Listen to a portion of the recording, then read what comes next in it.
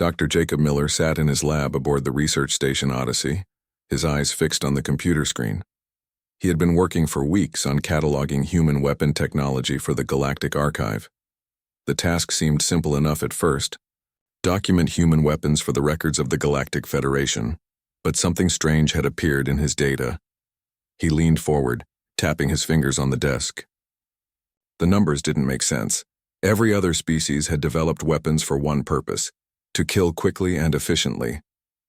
The wreck used plasma weapons that vaporized targets in seconds. The Quar had sonic devices that stopped hearts instantly. Even the peaceful Zenti had defensive tools that eliminated threats with no pain, but humans were different. Jacob pulled up another file, showing images of medieval devices: the Iron Maiden, the rack, thumbscrews. His stomach turned as he realized these weren't meant to kill. They were designed to cause pain, to prolong suffering, to keep victims alive while hurting them. "This can't be right," he muttered, running his hand through his brown hair. He cross-checked with other databases. Modern human history showed the same pattern: electric shock devices, chemical agents that burned but didn't kill, tools designed for interrogation and punishment. The door to his lab slid open with a soft hiss. Dr. Zalthor, a blue-skinned Vrek researcher, floated in using his anti-gravity belt. "Jacob, have you finished the weapon catalog?" Zalthor asked, his three eyes blinking in sequence. Jacob hesitated. "I've found something unusual." Zalthor moved closer, his tentacles curling with curiosity. "Show me." Jacob displayed the data on the main screen. "Look at this. Every species develops weapons to kill, but humans, we made tools specifically for torture." Zalthor's skin turned pale blue, a sign of shock among his people. "This is disturbing. Why would any species do this?" "I don't know," Jacob admitted. "But we're the only ones." Over the next few days, Jacob interviewed other alien researchers. The reactions were always the same: confusion, disgust, and fear. "Impossible," said Professor Crix of the Quar. "No civilized species would create such things." "Perhaps your data is wrong," suggested Ambassador Thren of the Zenti. But the data wasn't wrong. Jacob checked and rechecked. Humans had spent thousands of years developing ways to hurt each other without killing. It was a unique trait among all known species. Late one night, Jacob sat alone in the observation deck, looking at Earth through the window. His home planet hung like a blue marble in space, peaceful from this distance. How could such a beautiful world produce such dark inventions? His personal communicator buzzed. It was a message from the station's AI. "Dr. Miller, your research has triggered a security alert. Please report to the commander's office." Jacob's heart raced. He knew his unauthorized research would cause problems, but he couldn't ignore what he'd found. Commander Lisa Chen waited for him, her face stern.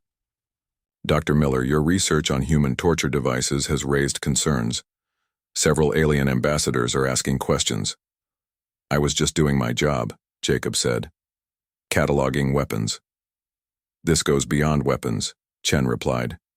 "You've uncovered something that could damage humanity's reputation in the Galactic Federation." Jacob stood his ground. "Shouldn't we understand why we're different? Why we alone developed these tools?" Chen sighed. "The Federation sees us as evolved, peaceful beings now. This research could change that view." "But it's the truth," Jacob insisted. Chen was quiet for a moment. Then she said, "Continue your research, but be careful, and keep me informed." As Jacob left the office, he felt the weight of his discovery. He had stumbled upon humanity's dark secret, something that set them apart from every other species in the galaxy. The question was, why? What made humans capable of such calculated cruelty? He returned to his lab, determined to find answers. The data waited on his screen, a testament to humanity's unique capacity for both brilliance and brutality. As he began to dig deeper, Jacob knew he was uncovering something that would change how the galaxy saw humanity forever. Ambassador Catherine Brooks received the urgent message while eating breakfast in her quarters. The words on her tablet made her coffee taste bitter. Human torture devices discovered. Alien council requesting explanation. She rushed to her office on the diplomatic deck of the station. Her assistant, a young man named Paul, was already there with more bad news. "Ambassador, the Galactic Council wants answers," Paul said, his face pale. "They're calling it the human anomaly." Catherine sat down heavily in her chair. "What exactly do they know?" "Everything," Paul replied. "Dr. Miller's research has spread through the academic networks. The alien scientists are horrified." Catherine pulled up the files on her screen. Image after image of human torture devices appeared. She felt sick but forced herself to look. These were part of human history, whether she liked it or not. "Schedule a meeting with Dr. Miller," she ordered. "I need to understand what he's found." Meanwhile, Jacob continued his research in the lab. He had discovered something even more troubling. Not only did humans create torture devices, but they had refined them over centuries. Each generation made them more effective at causing pain while keeping victims alive. When Catherine arrived at his lab, Jacob was comparing brain scans. "Ambassador Brooks," he said, surprised. "I wasn't expecting you. Dr. Miller, your research is causing a diplomatic crisis," Catherine said bluntly. "The Galactic Council is questioning whether humans should remain in the Federation." Jacob's eyes widened. "They can't be serious." "They are. Show me what you found." Jacob brought up his latest data. "Look at this. Every other species has what I call a kill switch in their brains. When they fight, they either kill quickly or flee. But humans," he pointed to a scan, "we have something different. We can override our kill switch. We can choose to cause suffering instead of death." Catherine studied the scans. "You're saying this is biological?" "Partly, but it's also cultural. We developed philosophies around punishment, interrogation, and deterrence. No other species did this." A message flashed on Catherine's communicator. The Galactic Council had scheduled an emergency session. She had 3 days to prepare humanity's defense. Over the next 2 days, Catherine and Jacob worked together. They gathered historical records, psychological studies, and cultural analyses. The picture that emerged was complex and disturbing. Jacob uncovered documents showing how torture was once considered a legitimate tool of justice and warfare. Kings and governments had torture chambers. Religious institutions used pain to extract confessions. Military forces developed enhanced interrogation techniques. The strange thing is, Jacob noted, flipping through historical texts, humans also developed laws against torture. We recognized it was wrong, but kept inventing new methods anyway. Catherine nodded grimly. It's like we were fighting our own nature. On the morning of the council meeting, news had spread throughout the station. Alien residents looked at humans differently. Some avoided them in corridors. Others whispered as they passed.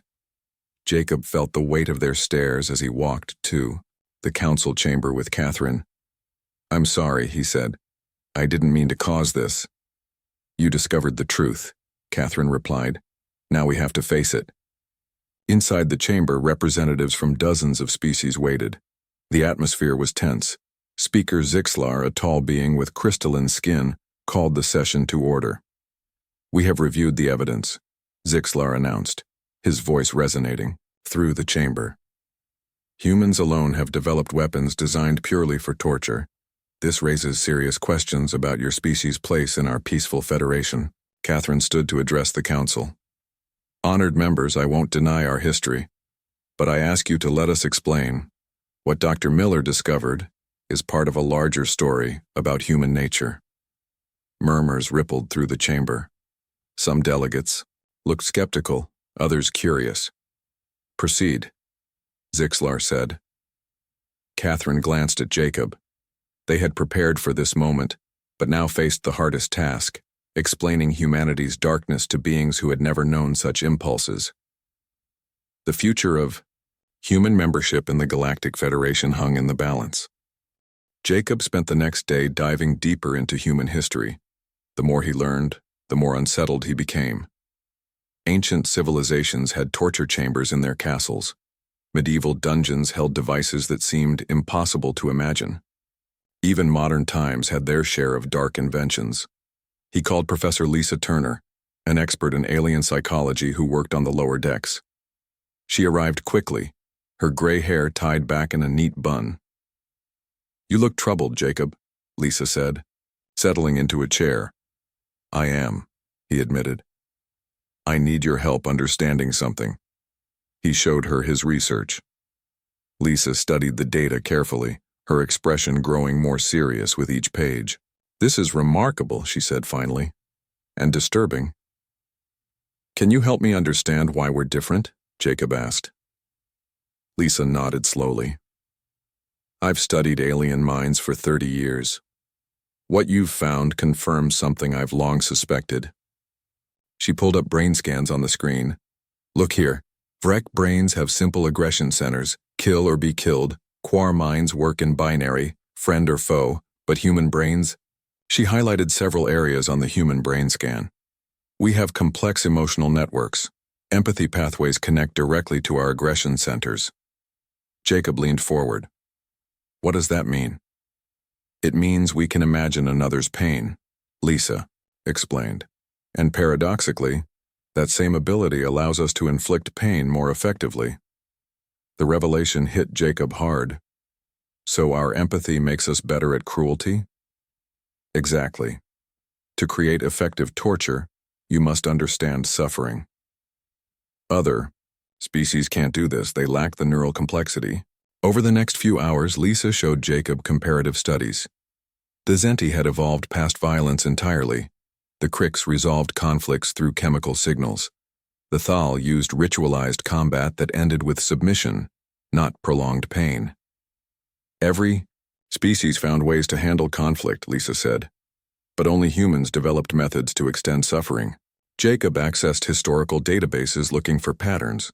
He found that human torture devices appeared in every culture, on every continent, from ancient China to medieval Europe, from tribal societies to advanced civilizations.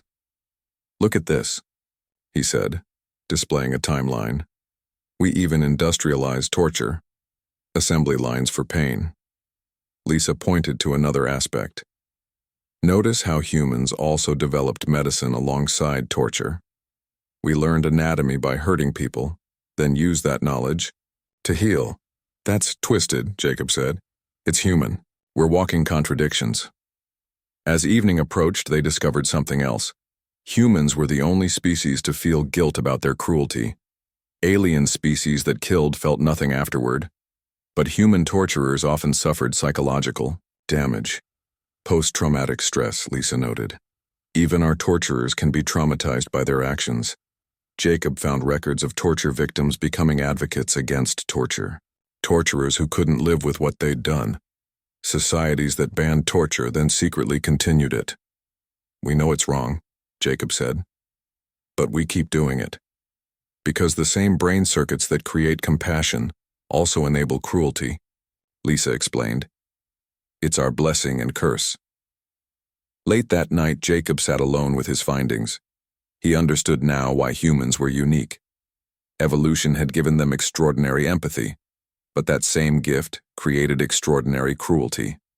He wrote in his report, "Human neural complexity allows for both deep compassion and calculated cruelty.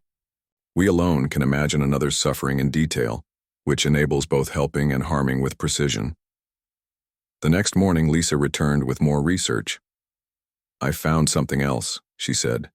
"Humans are the only species that tortures their own kind more than others." "What do you mean?"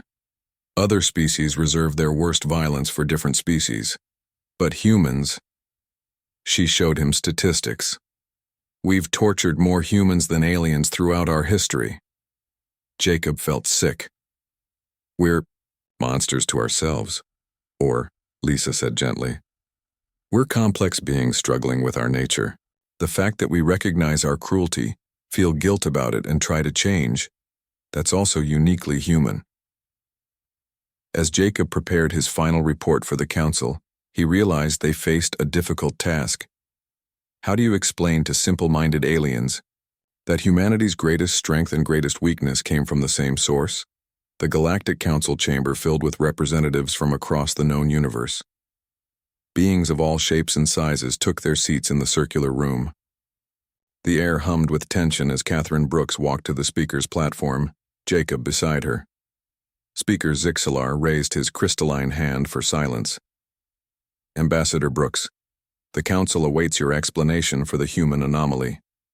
Catherine took a deep breath. Honored members, what Dr. Miller discovered about human torture devices is true. We cannot deny our history. Murmurs of shock rippled through the chamber. The REC delegation shifted uncomfortably, their blue skin darkening. The Quar representatives clicked their mandibles in disapproval. However, Catherine continued, to understand why humans developed these devices, you must understand human nature itself. She nodded to Jacob, who activated the holographic display. Brain scans appeared in the air, rotating slowly. These are comparative neural maps, Jacob explained. Vrek brains process aggression simply, fight or flight. Quar minds work collectively, sharing pain across the hive. Zenti evolved beyond violence entirely. He switched to the human brain scan. But human brains are different. Our empathy centers connect directly to our aggression pathways. Ambassador Thren of the Zenti stood. You're saying empathy causes cruelty? That makes no sense. It's paradoxical, Catherine agreed. But true. To create effective torture, one must understand suffering intimately. Our empathy allows us to imagine another's pain in detail. The council members exchanged confused looks. Their simpler neural structures couldn't grasp the concept. Jacob displayed historical images. Throughout our history, humans used torture for various reasons: extracting information, punishment, deterrence. Each device was carefully designed to maximize pain while preventing death. Monstrous, whispered a Crix delegate. Yes, Catherine said firmly. It was monstrous. But here's what you must understand. Humans also developed laws against torture. We recognized its evil and fought against our own nature. She showed documents, the Geneva Conventions, human rights declarations, anti-torture treaties. No other species needed such laws, she continued, because no other species had this capacity. You evolved past violence naturally. We had to choose again and again to be better than our instincts. Speaker Zixalar leaned forward. You're saying humans consciously reject their nature? Every day, Catherine replied. The same neural complexity that enables cruelty also enables moral choice. We can imagine suffering so we can choose to prevent it. Jacob added, our history of torture led to advances in medicine, psychology, and ethics. We studied pain to learn how to stop it. We examined cruelty to understand compassion. The Thal ambassador spoke. But why create such devices at all? Why not simply kill enemies quickly as we do? Catherine paused, choosing her words carefully. Because humans faced a unique evolutionary challenge. Without hive minds, telepathy, or natural harmony, we needed other ways to maintain social order and extract vital information during conflicts. Torture became a tool of survival? Zixalar asked. Initially, yes. But we grew beyond it. The fact that we're here, part of this peaceful federation, shows our growth. Jacob displayed statistics. Human torture has decreased dramatically over centuries.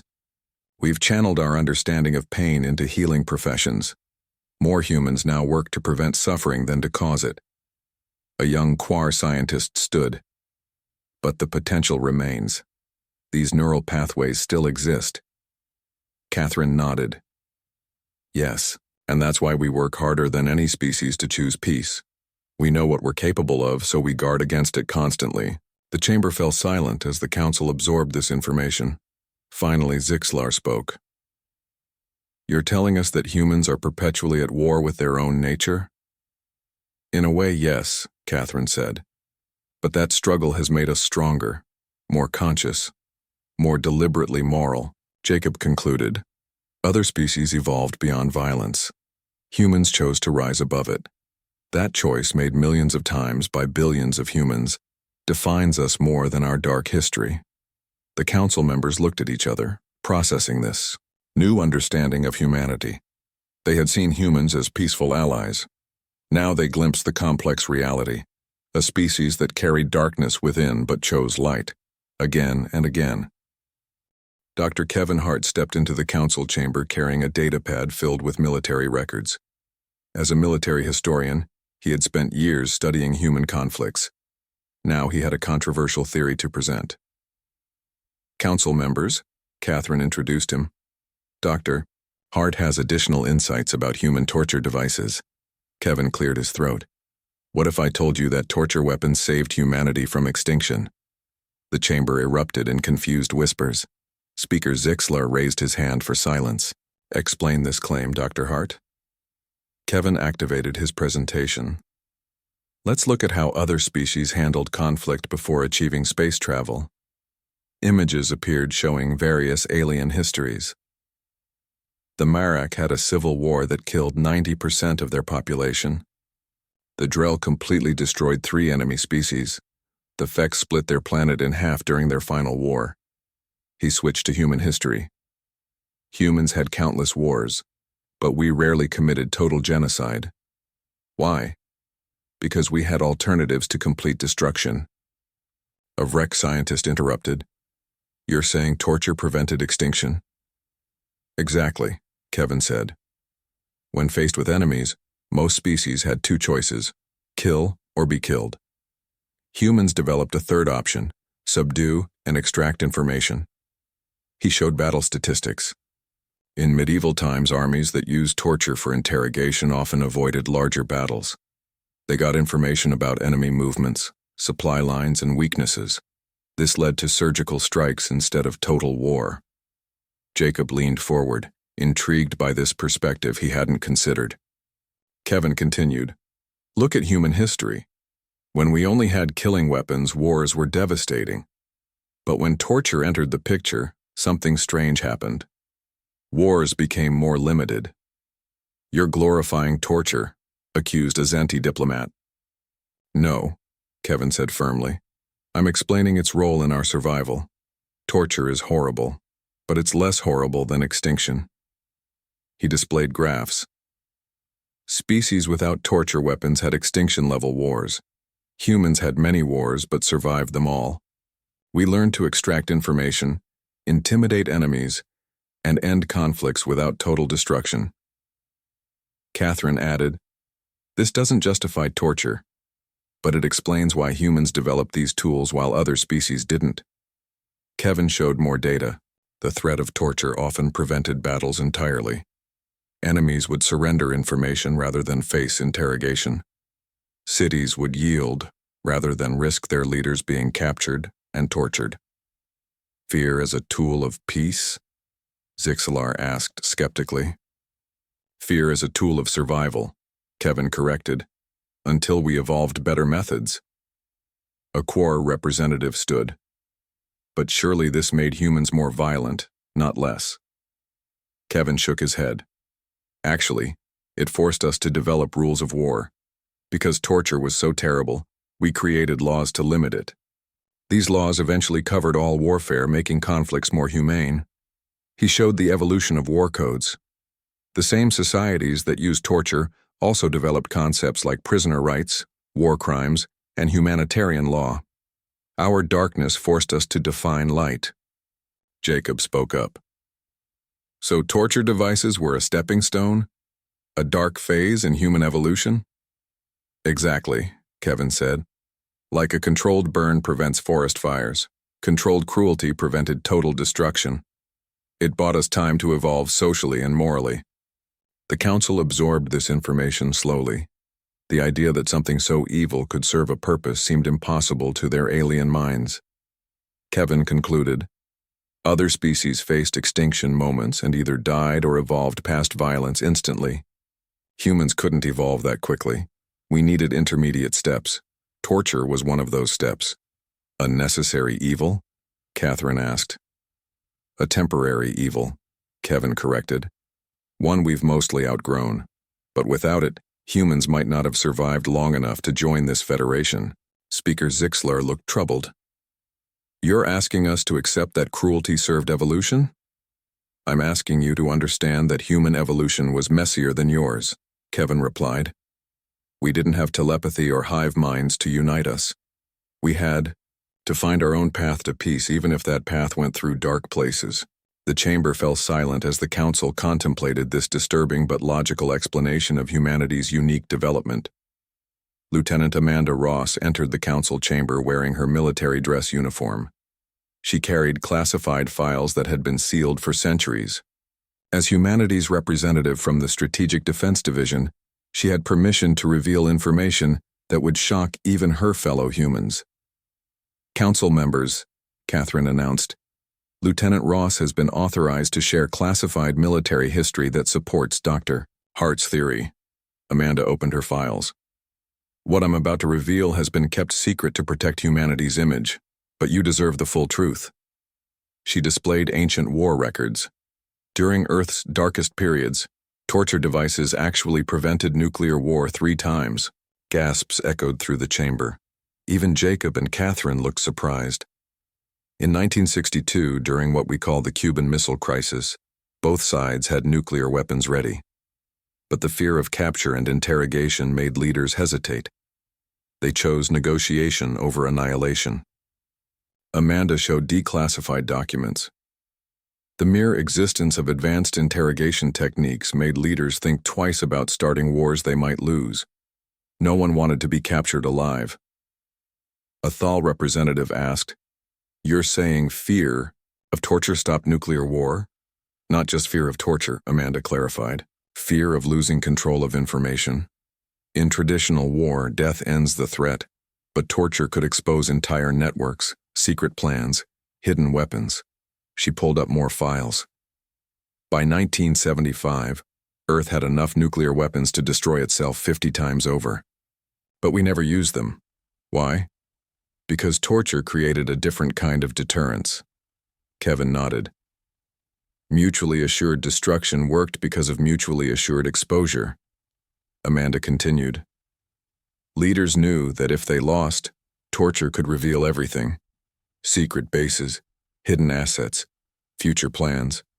This knowledge paralyzed aggressive action. She displayed charts showing the correlation between torture capabilities and reduced warfare. As interrogation techniques advanced, full-scale wars decreased. Nations chose espionage and limited conflicts over total war. But that's horrible, protested a young Zenti diplomat. Building peace on fear of pain. Yes, it was horrible, Amanda agreed. But consider the alternative. Most species that developed world-ending weapons used them. Humans didn't. We found an ugly but effective deterrent. Jacob spoke up. You're saying torture technology created a balance of terror that prevented worse outcomes? Exactly, Amanda said. It's not noble or good, but it worked until we developed better ways. She showed modern military protocols. Today we've mostly abandoned physical torture, but the principle remains. Information control prevents large conflicts. We've replaced torture with cyber warfare, surveillance, and diplomatic pressure. Catherine added, The evolution from physical torture to information warfare shows human progress. We kept the strategic benefits while reducing the cruelty. Amanda revealed her final piece of evidence. Here's the most classified part. We've run simulations. If humans had never developed torture capabilities, our models show a 78% chance we would have destroyed ourselves in nuclear war by 1990. The council chamber fell utterly silent. Other species, Amanda continued, either never developed world-ending weapons or used them immediately and died. Humans found a middle path. Torture gave us time to mature as a species. Speaker Zixlar seemed deeply disturbed. You're telling us that your greatest evil prevented your total destruction? Our greatest evil, Amanda corrected, taught us the value of restraint. We learned that some weapons are too terrible to use. That lesson started with torture and extended to all warfare. She closed her presentation. Today, humans are the galaxy's strongest advocates for peace. Not because we're naturally peaceful, but because we understand the cost of violence better than anyone. Kevin added. We've stared into the abyss of our own cruelty and chose to step back. That choice, that conscious decision to be better, is what defines modern humanity. The council members looked at each other with new understanding. They had thought humans were naturally peaceful. Now they realized humans had earned their peace. Through centuries of struggle against their own dark nature. The path to peace, Catherine concluded, isn't always clean or noble. Sometimes it goes through very dark places, but what matters is where it leads. Jacob and Lisa stood before the council with their final presentation. They had spent days comparing human development with other species, and their findings would complete the picture of humanity's unique journey. Honored Council, Lisa began. We've analyzed how different species achieved peace. Each path was unique, but only humans traveled through darkness to reach the light. She activated the holographic display. The wreck achieved peace through telepathic unity. When your species developed mind linking, conflict became impossible. You literally couldn't hurt others without feeling their pain. The wreck delegates nodded, their blue skin shimmering with pride. The Quar, Lisa continued, evolved hive mind consensus. Individual desires merged into collective will. War became meaningless when all thought as one. She showed brain scans of various species. The Zenti transcended violence through biological evolution. Your aggression centers simply shut down over generations. The Thal developed ritual combat that satisfied honor without death. Jacob took over. But humans had none of these advantages. No telepathy, no hive mind, no biological shortcuts. We remained individuals with competing desires and fears. He displayed human social evolution. So we developed something else. Social contracts built on mutual fear.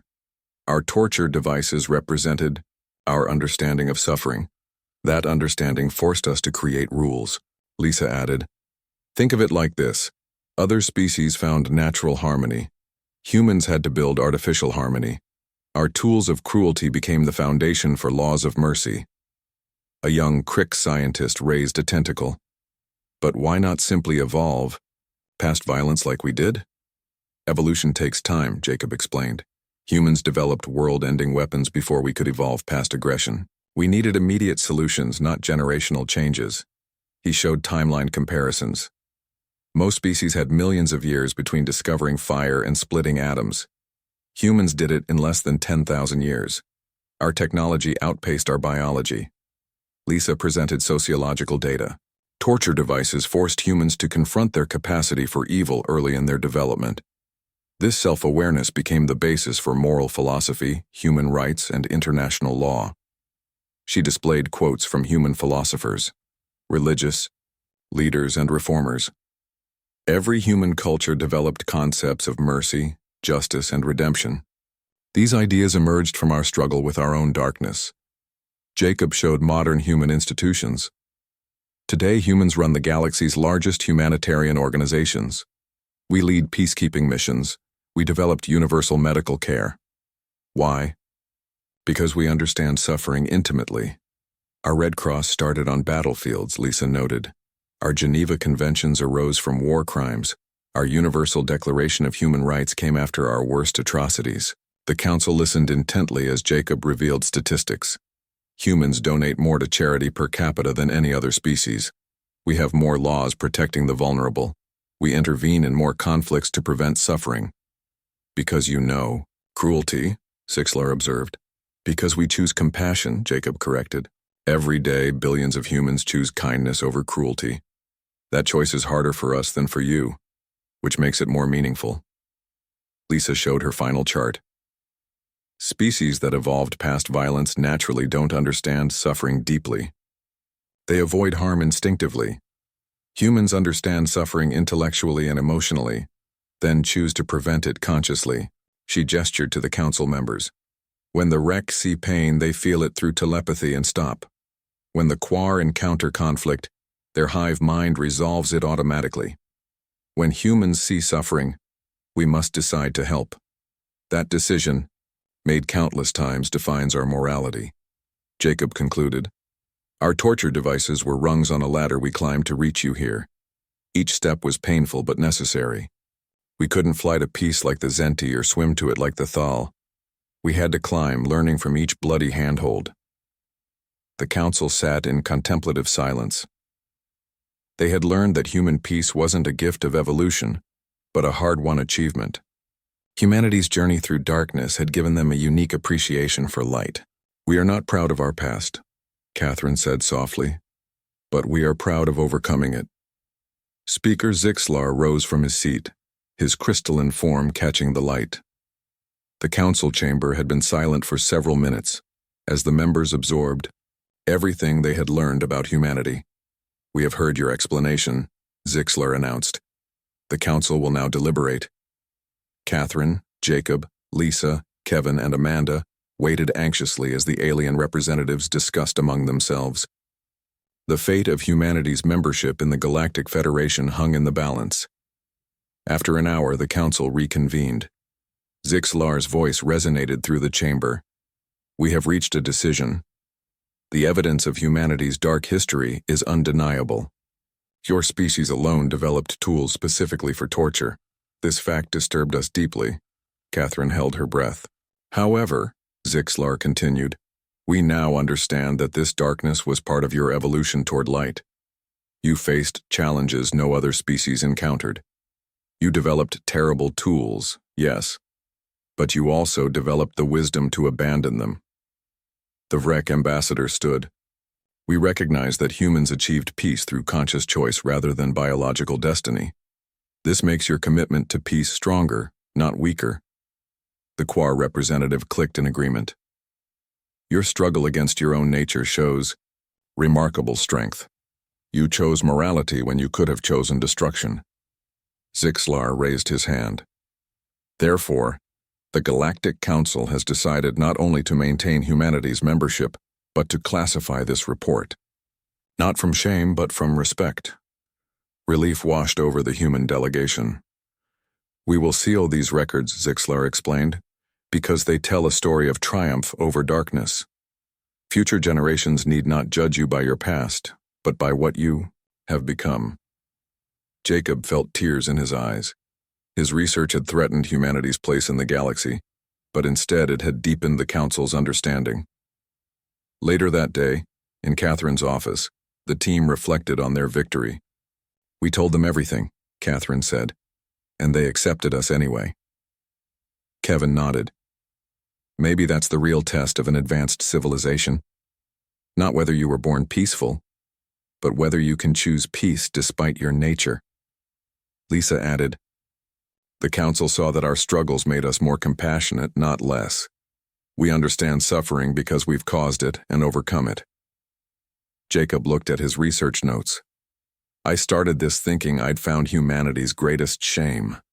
Instead, I found our greatest achievement," Amanda smiled. "We didn't evolve past violence. We transcended it through will and wisdom. That's much harder." As the sun set over Earth, visible through the station's windows, Catherine drafted her final report. "Humanity's development of torture devices represents not our failure, but our complex journey toward moral consciousness. Unlike species that evolved past violence naturally, humans had to recognize, confront, and overcome their capacity for cruelty.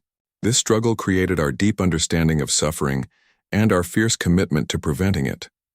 The same neural complexity that enabled torture also enabled empathy, moral reasoning, and conscious choice. We learned that true civilization isn't the absence of darkness, but the choice to create light. Today, humans lead the galaxy's humanitarian efforts not despite our dark history, but because of it. We understand the value of peace because we paid its price in blood and tears. We guard against cruelty because we know its face intimately. The Council's decision to classify this report honors humanity's journey from darkness to light. Let it stand as testament that the path to peace need not be clean or simple. Sometimes the species that struggle most with their nature become the strongest advocates for compassion. In the end, humanity's greatest weapons were not our tools of torture, but our ability to recognize evil and choose good. That choice, made daily by billions of humans, defines us more than any dark chapter in our past. We are not proud of where we started, but we are proud of where we arrived. And we remain vigilant, knowing that the price of peace is eternal watchfulness against our own darker nature. The report was sealed, the crisis averted, and humanity's place in the galaxy secured. Not because they were perfect, but because they had proven that imperfect beings could choose to be better.